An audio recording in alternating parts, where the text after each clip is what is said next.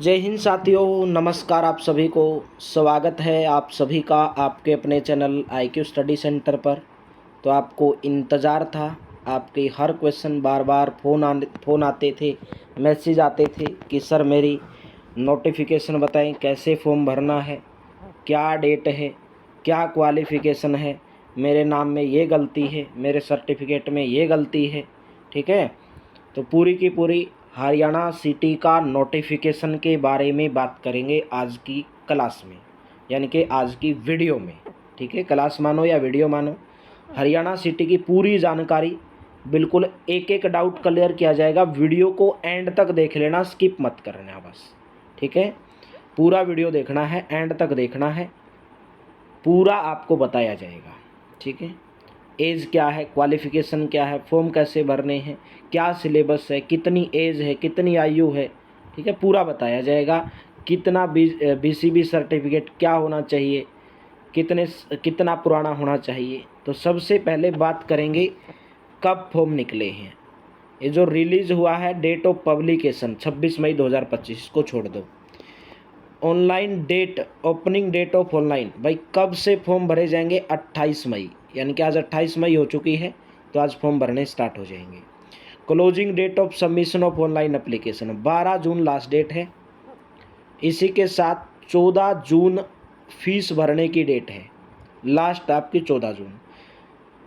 BCA, BCB और EWS candidate के लिए जो सर्टिफिकेट होगा वो 1/4/2025 को बना होना चाहिए या उसके बाद का होना चाहिए। ठीक है, उसके बाद का होना चाहिए, यानी कि उसके बाद का, उससे पहले का नहीं होना चाहिए। जैसे 30 मार्च 2024 का भी है तो फिर भी नया बनवाना पड़ेगा। इसी के साथ eligibility certificate for family member of ex serviceman के लिए जो एलिजिबिलिटी सर्टिफिकेट है वो भी 13 जून 2024 का, अगर पुराना हो गया तो उसको रिन्यू करवा लो। ठीक है, ये होना चाहिए। Eligibility certificate SC, PWD, ESP, ESM के लिए सर्टिफिकेट इशू ऑन और बिफोर द क्लोजिंग डेट। भाई सर्टिफिकेट इशूड ऑन और बिफोर द क्लोजिंग डेट, यानी कि आपकी जो क्लोज डेट है 12 जून, ठीक है, आपका सर्टिफिकेट इशू होना चाहिए ऑन और बिफोर द क्लोजिंग डेट, आपकी क्लोजिंग डेट से पहले, बाद का नहीं चलेगा।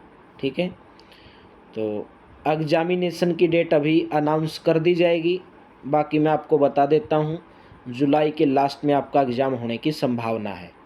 ठीक है, सिटी रजिस्ट्रेशन अगर आपने 2022 के अंदर किया था सिटी रजिस्ट्रेशन, तो आप उसी रजिस्ट्रेशन के इसको फॉर्म को भर देंगे अगर आपके पास पुराना वाला रजिस्ट्रेशन है। ठीक है, अगर कोई न्यू फॉर्म भरना चाहता है तो उसको न्यू सिरे से भरना पड़ेगा, ये भी बात है। क्वालिफ़िकेशन क्या? 10th या 10+2 जो भी आपके पास है, दोनों के लिए आप एलिजिबल हैं। और जो ये नोटिफिकेशन है ग्रुप C की पोस्ट के लिए है। ग्रुप C CET का है, ये ग्रुप D का अलग आएगा, वो कब आएगा पता नहीं। ठीक है, तो ग्रुप C CT के लिए है, यानी कि जितनी भी ग्रुप C की पोस्ट लेंगे उनके लिए है ये फॉर्म। ठीक है भाई, उसके साथ ही बात करेंगे सिलेबस क्या रहेगा, एग्जामिनेशन क्या रहेगा। 10+2 लेवल का रहेगा। क्या क्या आएगा? हिंदी और इंग्लिश 10th लेवल की, बाकी 10+2 लेवल का मैथ ही रहेगा।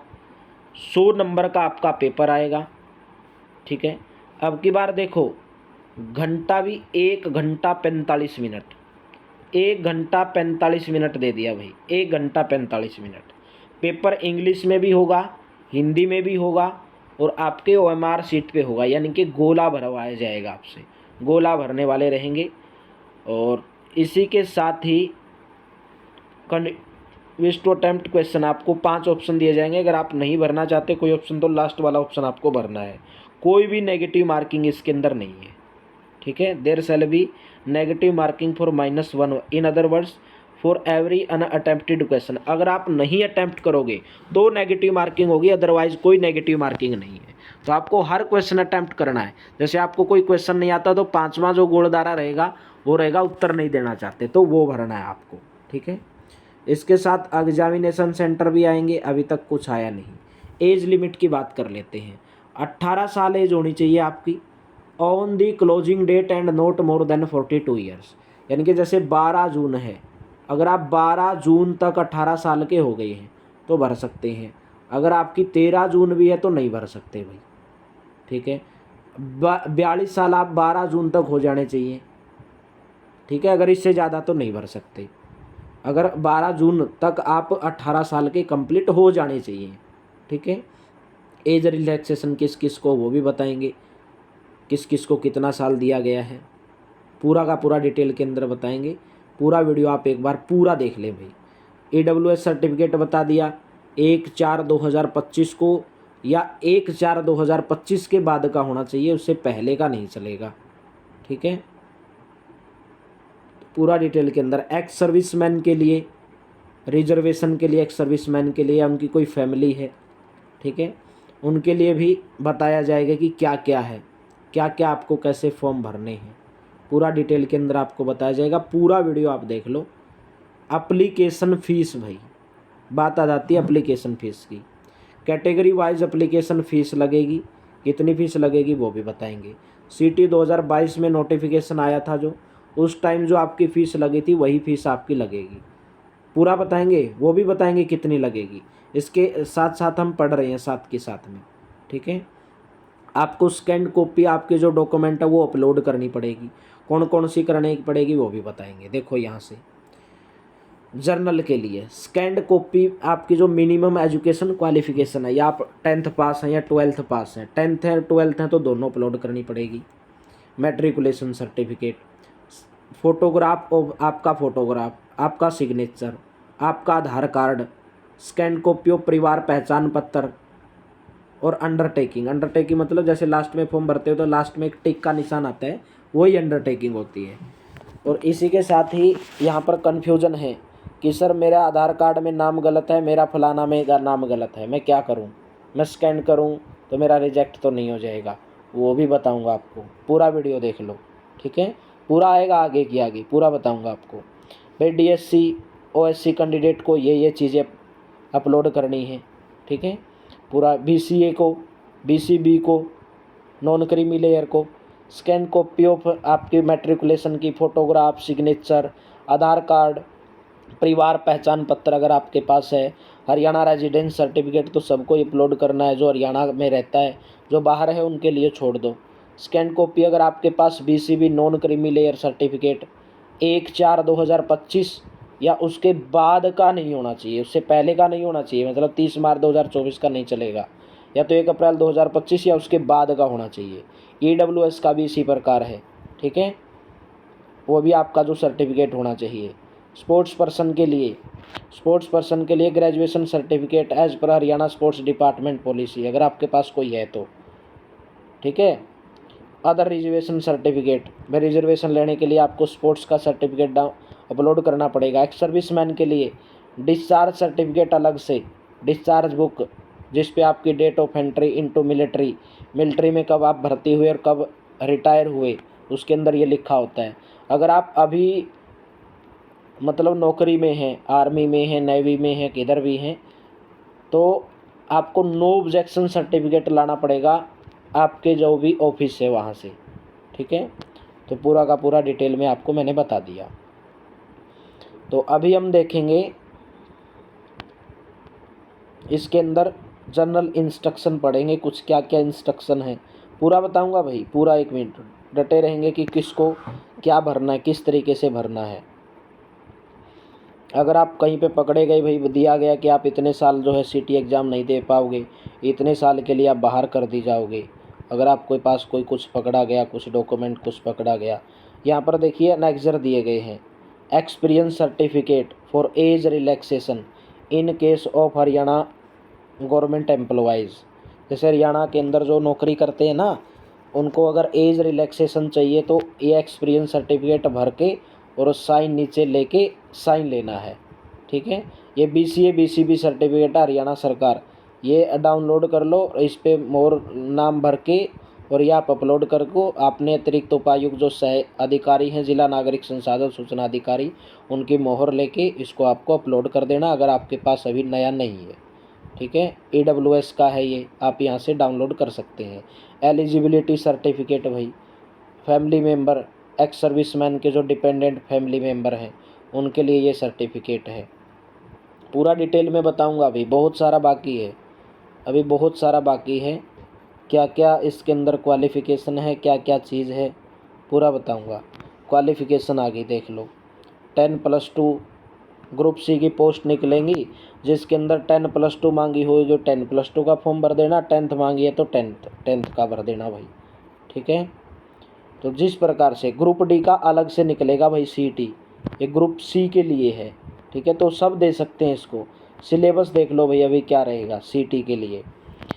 75% जर्नल यानी कि awareness, reasoning, quantitative ability, English, Hindi, group C post के लिए कंप्यूटर नॉलेज इन एडिशन, यानी कि आपकी जर्नल नॉलेज 15 नंबर की आएगी, जिसके अंदर आपका कंप्यूटर भी आ गया, इंडिया जीके भी आ गई, साइंस भी आ गई, हिस्ट्री, ज्योग्राफी सब आ गया।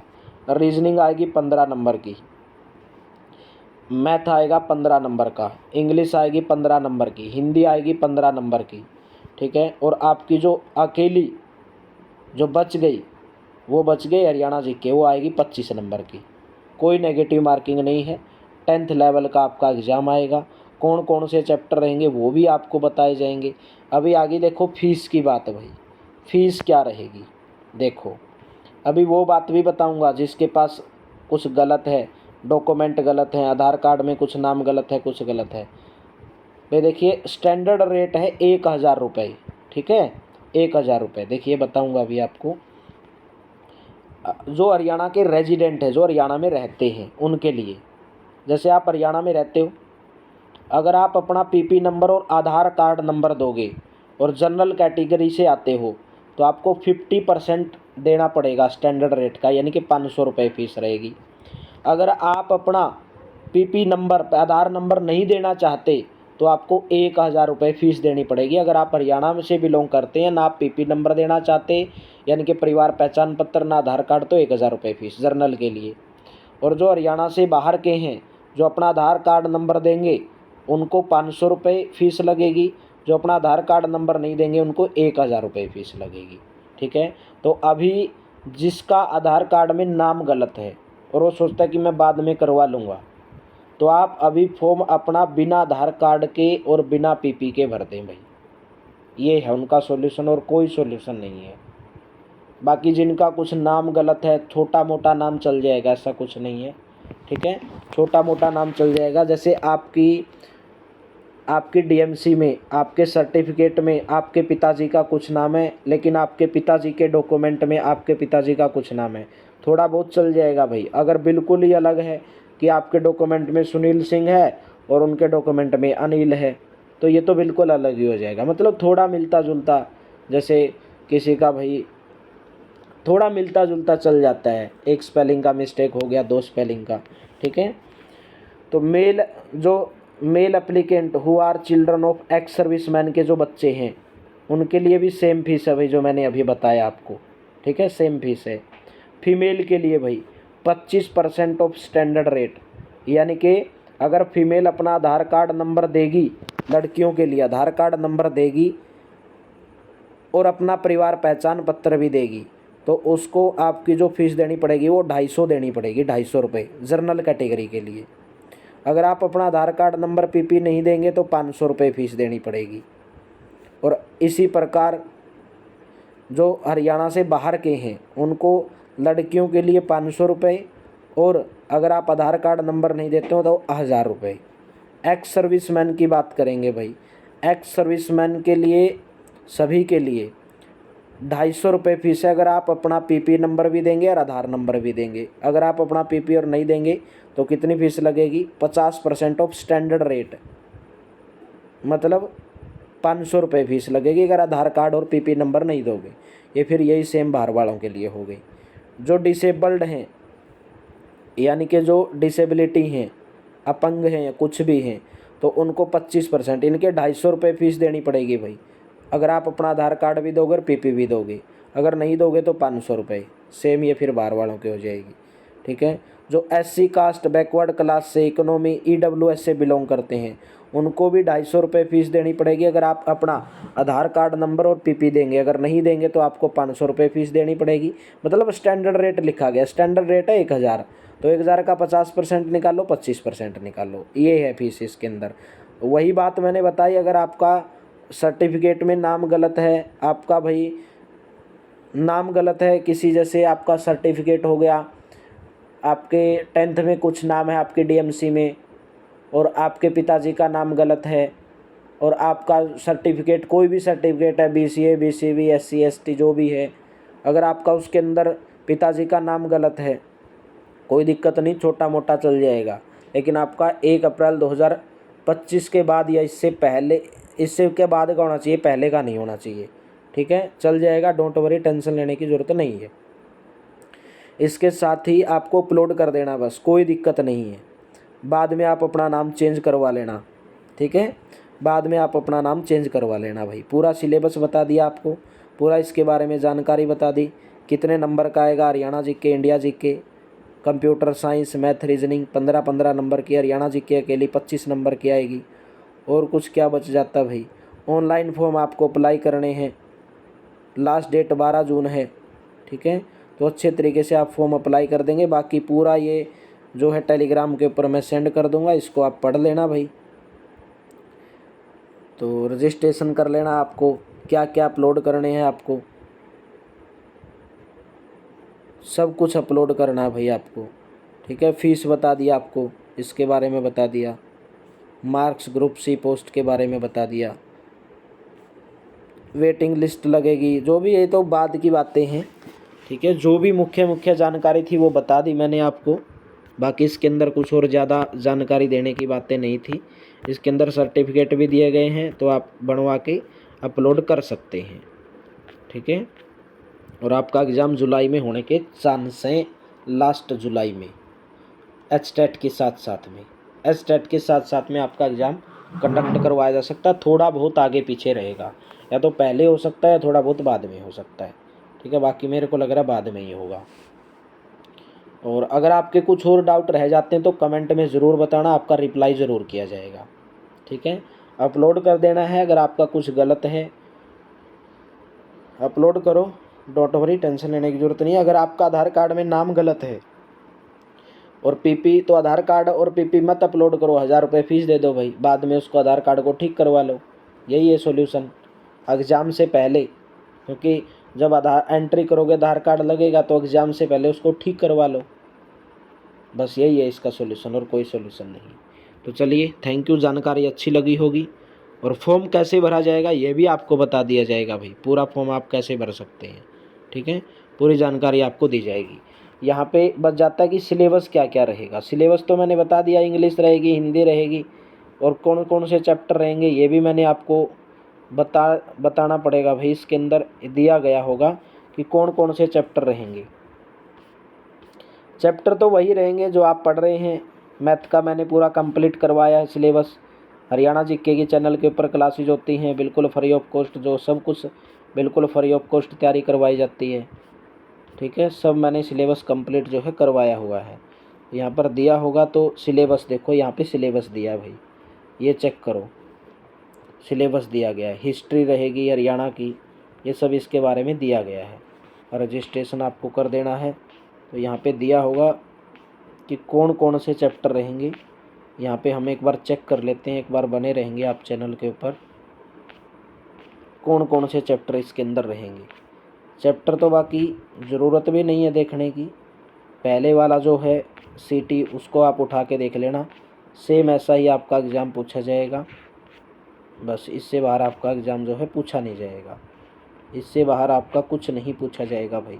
बस अपनी तैयारी अपनी जारी रखें, बेहतरीन तरीके से अपनी तैयारी करते रहें बस, और आपको कुछ ज़्यादा करने की ज़रूरत नहीं है। बाकी देख भी लेते हैं, यहाँ पे दिया होगा कहीं पे, अगर नहीं दिख रहा तो मेरे को दिया तो है। बाकी क्वालिफ़िकेशन दे दिया है, देखो यहाँ पे दिया भाई। जीके में क्या क्या रहेगा, इंडिया जीके 15 नंबर की आएगी। ठीक है भाई, इंडिया की पॉलिटी रहेगी, इंडियन पॉलिटी रहेगी भाई। ठीक है, हिस्ट्री रहेगी, इतिहास, कॉन्स्टिट्यूशन, आर्ट, कल्चर यानी कि स्टैटिक जीके, भूगोल, अर्थशास्त्र, general policy, national international organisation, environment, globalisation, climate, general science, ठीक है। कंप्यूटर नॉलेज रहेगी भाई, कंप्यूटर नॉलेज में चैप्टर दिए गए ये चैप्टर रहेंगे। रीजनिंग के चैप्टर दिए गए ये रीजनिंग रहेगी 15 नंबर की भाई। कंप्यूटर ज़्यादा नंबर का नहीं, 15 नंबर में ही आ जाएगा, 2-3 नंबर का आएगा, ज़्यादा घबराने वाली बात नहीं है भाई। मैथ में रहेगा, देखिए कौन कौन से चैप्टर रहेंगे।